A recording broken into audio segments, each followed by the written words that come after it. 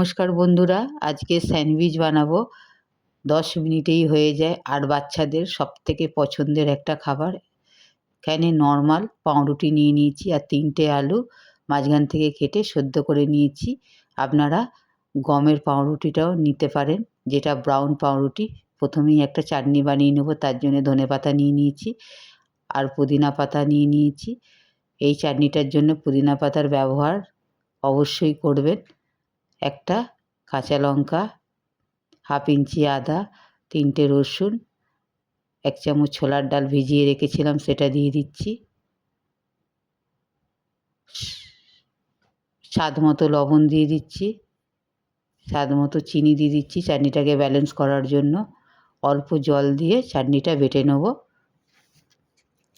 বাটা হয়ে গেছে, অর্ধেক লেবুর রস দিয়ে ভালোভাবে চাটনিটাকে মিশিয়ে নিচ্ছি।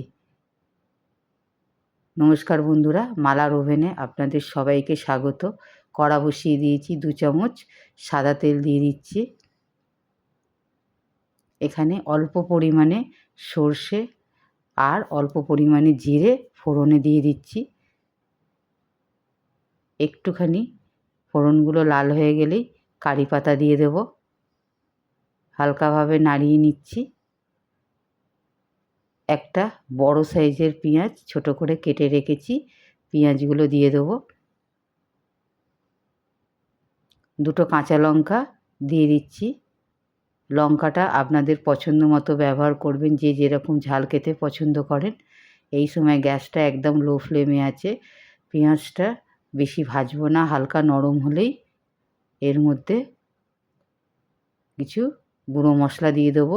1 চামচ ধনে গুঁড়ো, স্বাদ মতো লবণ,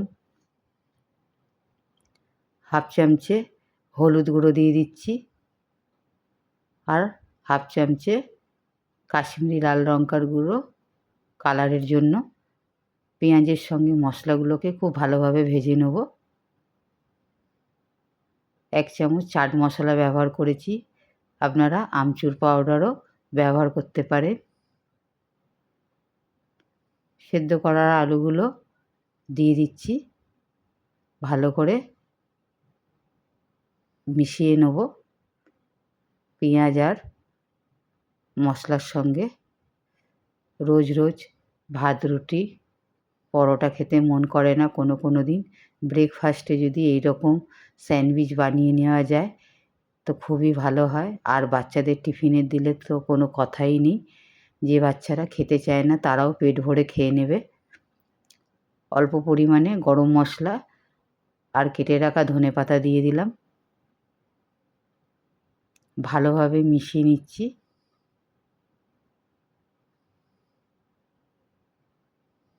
হাফ চামচে লেবুর রস আমি এখানে দিয়ে দিলাম। আবারও ভালোভাবে মিশিয়ে গ্যাসটাকে অফ করে দেবো।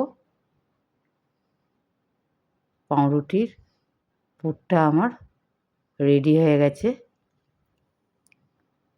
এখানে বেটে রাখা চাটনিটা আর পাস্তা সস নিয়ে নিয়েছি। আমি এখানে পাস্তা সসের ব্যবহার করেছি, আপনারা টমেটো সস দিয়েও এই রেসিপিটা করতে পারেন। একটা চামচে দিয়ে ভালোভাবে সসটাকে লাগিয়ে দিচ্ছি।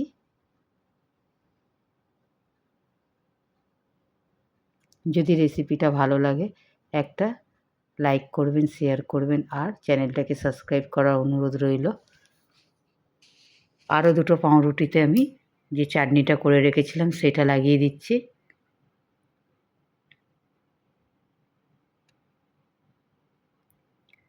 ঝটপট বাচ্চাদের টিফিনে 10 মিনিটে বানিয়ে দিয়ে দেবেন।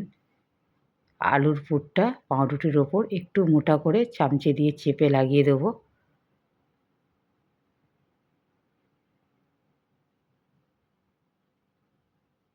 এইভাবেই আলুর পুরটা একটু মোটা করে লাগিয়ে দিলাম। এর উপরে সসের পাউরুটিটা দিয়ে দিচ্ছি, হাত দিয়ে একটু চেপে দেবো। এই একইভাবে আর একটা পাউরুটি রেডি করে নিলাম। আমি এখানে ঘিয়ের ব্যবহার করেছি। অল্প ঘি পাউরুটির ওপর লাগিয়ে দেবো, একদম অল্পই ঘি দেবো। আপনারা চাইলে মাখনও ব্যবহার করতে পারেন। খুব ভালোভাবে পাউরুটির ওপরে অল্প করে ঘি লাগিয়ে দিচ্ছি। চাটু গরম হয়ে গেছে, যে দিকটা ঘি দিয়েছি সেই দিকটাই পাউরুটিটা বসাবো। আর সাইডটা একটুখানি বেরিয়ে আছে, ভালো করে সমান করে বসিয়ে নেব। লো ফ্লেমে 2-3 সেকেন্ডের জন্য পাউরুটিটা সেঁকে নেব। ওপরের পোর্শনেও অল্প করে ঘি দিয়ে দিচ্ছি, আর চামচে দিয়ে ভালোভাবে একটু চেপে পুরের সঙ্গে পাউরুটিটাকে বসিয়ে নেব। এক পিঠটা হয়ে গেছে, আর এক পিঠটা ভালোভাবে এরকমভাবেই সেঁকে নেব। নামিয়ে নিচ্ছি, এর থেকে আর বেশি ভাজবো না। একটা ছুরি দিয়ে আপনাদেরকে কেটে দেখাচ্ছি কতটা ভালো হয়েছে। খুব তাড়াতাড়ি যদি কিছু করার হয় এই রেসিপিটা আপনারা ট্রাই করতে পারেন। আর বাচ্চাদের জন্য তো কোনো কথাই নেই,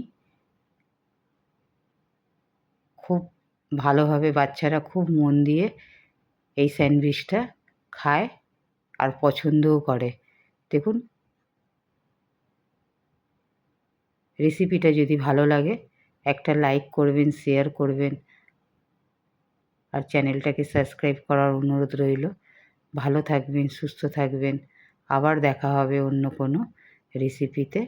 ততক্ষণের জন্য নমস্কার।